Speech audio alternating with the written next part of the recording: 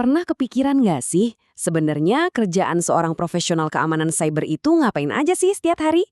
Ternyata bukan cuma soal ngerespon alarm loh, tapi soal membangun sebuah benteng digital dari nol.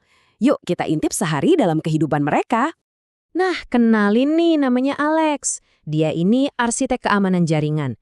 Dan hari ini dia dapat tantangan yang gede banget. Tugasnya Alex, simple aja. Bikin pertahanan yang kokoh banget, sampai para peretas mikir 2 kali buat nyoba masuk. Misinya hari ini? Ngerancang jaringan buat kantor cabang baru dari awal. Oke, kita bedah bareng-bareng ya.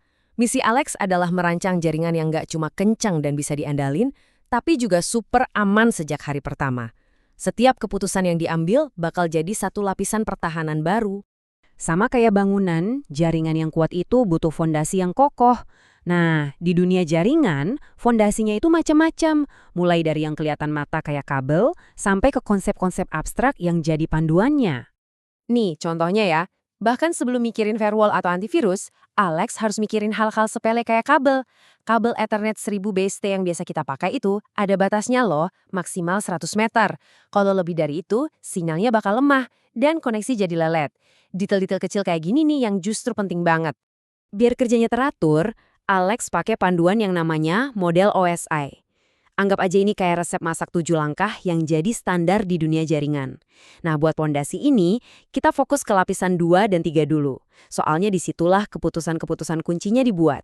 Oke, lanjut ke lapisan 2.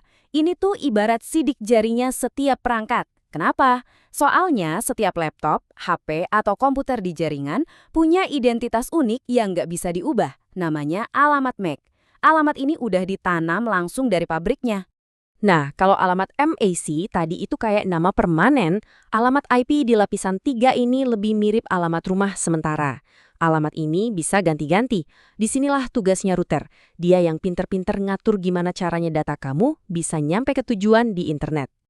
Terus, kenapa sih lapisan-lapisan tadi penting? Gini, zaman dulu kalau ada 2 komputer ngobrol barengan di satu jaringan, datanya bisa tabrakan di tengah jalan dan jadi ancur. Makanya, Alex harus ngerancang jaringan biar area tabrakan ini atau collision domain jadi sekecil mungkin. Biasanya sih pakai switch modern biar lalu lintas data lancar jaya. Oke, fondasi udah beres. Sekarang Alex mulai jadi arsitek beneran. Dia mulai gambar cetak biru jaringannya, nentuin di mana router, switch, server, dan firewall bakal ditaruh. Ini strategis banget loh. Dan inilah dia, cetak biru buatan Alex. Kelihatannya rumit ya, tapi tenang, setiap garis dan kotak di sini punya tujuan. Ini adalah peta benteng digital yang lagi dia bangun. Yuk kita lihat bagian-bagian pentingnya. Coba deh perhatiin gimana semuanya disusun. Kelihatan kan ada lapisan-lapisan yang misahin internet, server, sama komputer di dalam. Nah, kira-kira desain pertahanan berlapis kayak gini namanya apa ya?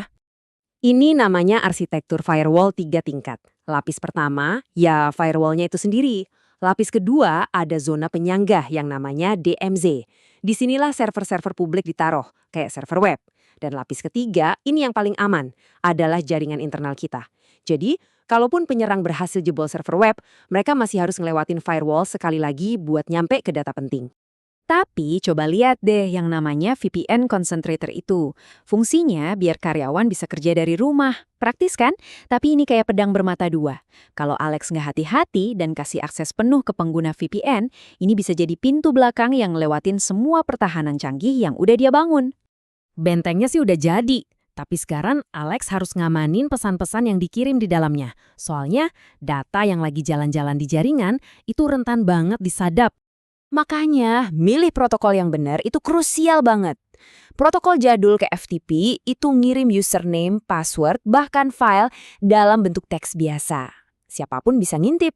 Alex pastiin jaringannya pakai yang aman. Contohnya SFTP yang membungkus semuanya pakai enkripsi. Jadi aman.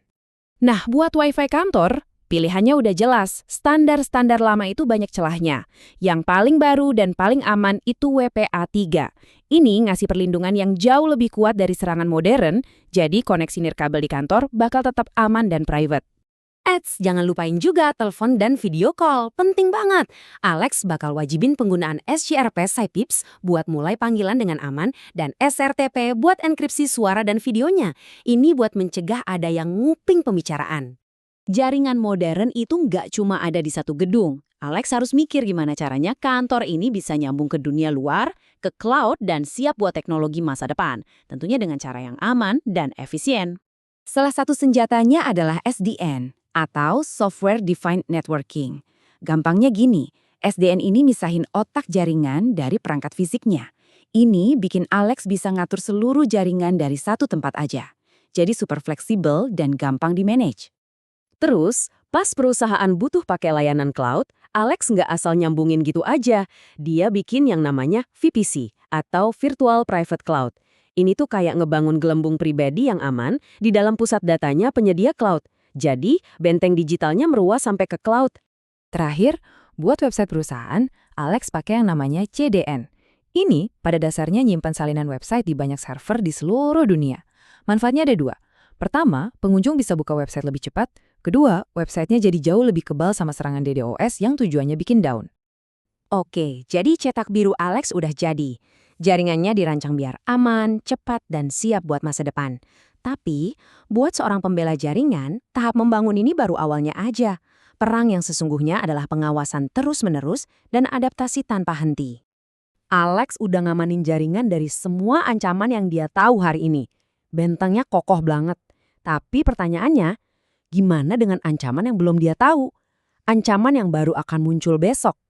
Nah, inilah kenapa pekerjaan seorang pembela jaringan itu nggak akan pernah ada selesainya.